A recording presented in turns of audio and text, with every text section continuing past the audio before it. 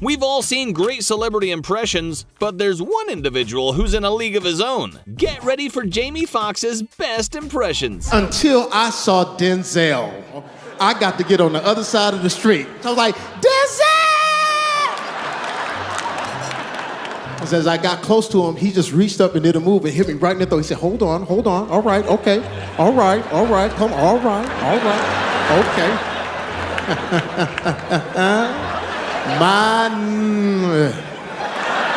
There's too many white people. There's too many white people. If it was more of us, I'd say it. Who knew we'd live the day to see Donald Trump wearing an Aloha shirt? It's a lot of great people. Lots of great people on both sides. Excuse me. Fake reviews. It's a lot of great people on both sides. Lots of great people on both sides. I know Harry, he's a great person. He couldn't vote for me at the time. Now he can vote for me once he gets out. I love Snoop D-O double G, great person. So do you love Death Row Records? I love Death Row. I love Death. Excuse me. Fake news. What's your favorite Death Row record, Mr. Trump? All of them. All of the Death Row records. Don't try to pin me down. I see what he just... Excuse me. Fake news. Excuse me. Fake news. Fake news. They tried to give me the virus. I beat the virus. The great thing about Jamie Foxx is that you also get to witness spot-on celebrity impressions you didn't know you'd ever see. I called Robert. I said, listen, I need you to play a Mexican. He says, dude, here's the deal. Sure. Sure, why not? Sure, of course. Sure, Mexican, whatever. Sometimes all it takes is a slight tweak of the facial expression and an iconic celebration to turn an actor into LeBron James. No lines needed. Have you ever cried during a sporting event? Hell yeah. You have, yeah. I cried last year. You did? When LeBron won the championship. I cried with joy. Wow. You're...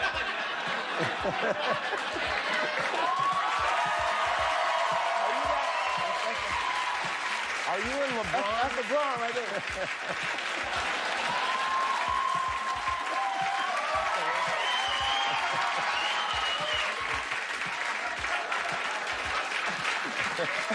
Al Pacino was never too impressed by the impressions of himself. He's previously stated that he couldn't see the resemblance. Well, that was until Jamie Foxx came along and showed him the real Al Pacino. We were doing a scene in the movie, and this is what I mean about I Tasted You. We were doing a scene in Any Given Sunday, and we were very close. It was, I don't know if you remember this, but you were, and you fight with your fingernails, and I noticed wetness that was flying off of his lips on my face.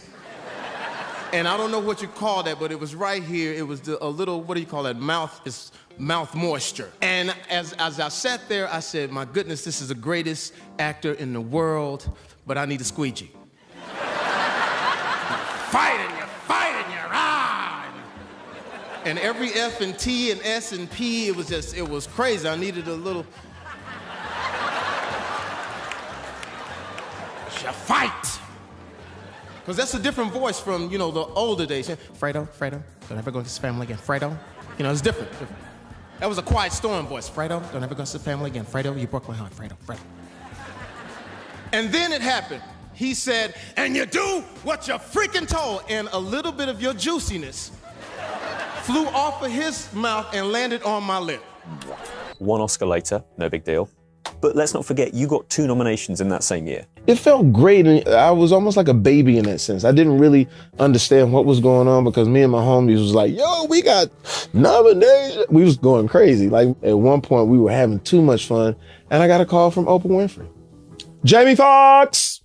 Jamie! You're blowing it! Jamie Foxx! We've got to commend the actor for not just being fantastic at his craft, but for also being a star who's pushed many other artists to grow. Whether he did it out of empathy or simply to find more people to impersonate, we're not sure. Because actually there's that weird connection with you and Ed Sheeran. Ed Sheeran slept on my couch.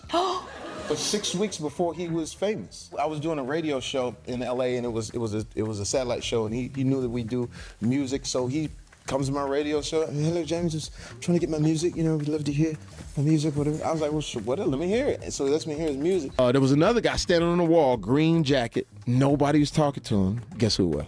Who? Jay-Z. Nobody knew. I said, what's up, man? Yeah, what's going on? It's just a great party, you know what I'm saying?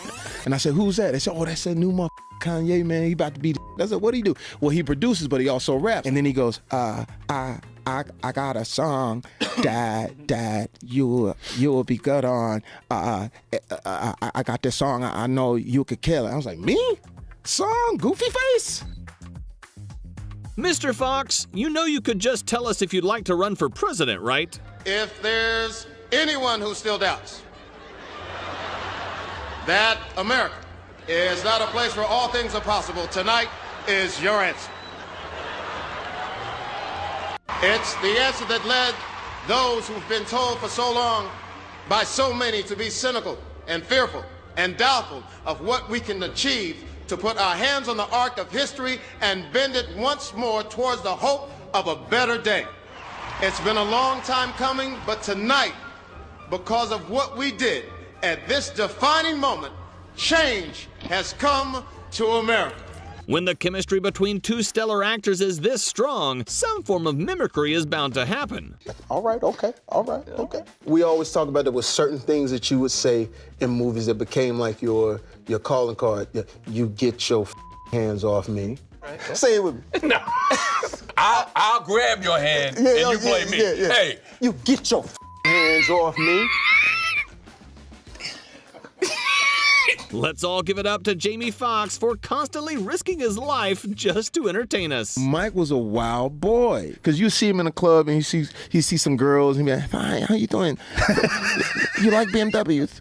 The girls be like, what? You like BMW? You like cars? You like BMWs? And crazy, he'd take the girls out and go get a BMW. I mean, he was that crazy. Come on, let's look at the BMW. And we'd open up the BMW dealership. But he was wild. And we were watching it, and Leo was like, I said, Leo, you think he got it? He's got something, pal. Just keep watching, some going on, pal. But as I'm reading, I'm loud. Show me the money. You know what I mean? Right? That's all I'm saying, brother. Show me the money. Right? And so Tom Cruise reads his line, but it was like this.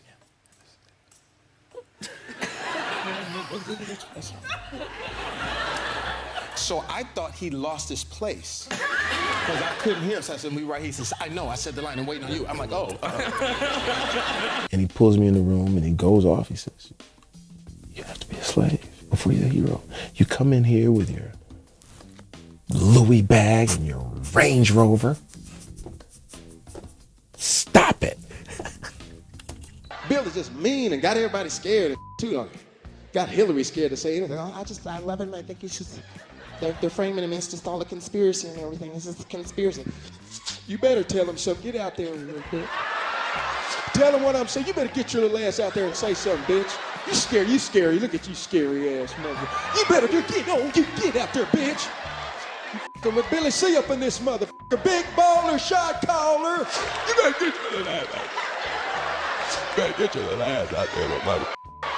I tell Mike all the time, I said, man, it's the people always matter. Yeah. When people see the movie, man, when you saying them words and you Michael B. Jordan, because that's the other thing too, the boy look good. Yeah. Cause Chappelle's like, Yeah. I was incensed. Bam! Right. Ain't talk about nothing, mate. So somebody walked up and they said, there's Dave Chappelle. I said, bam! Wu-Tang, nigga. I love Dave because he always used a very intelligent word to go with his hood. I was beside myself. I was chartreuse. Bam, nigga. First Cassidy newspaper.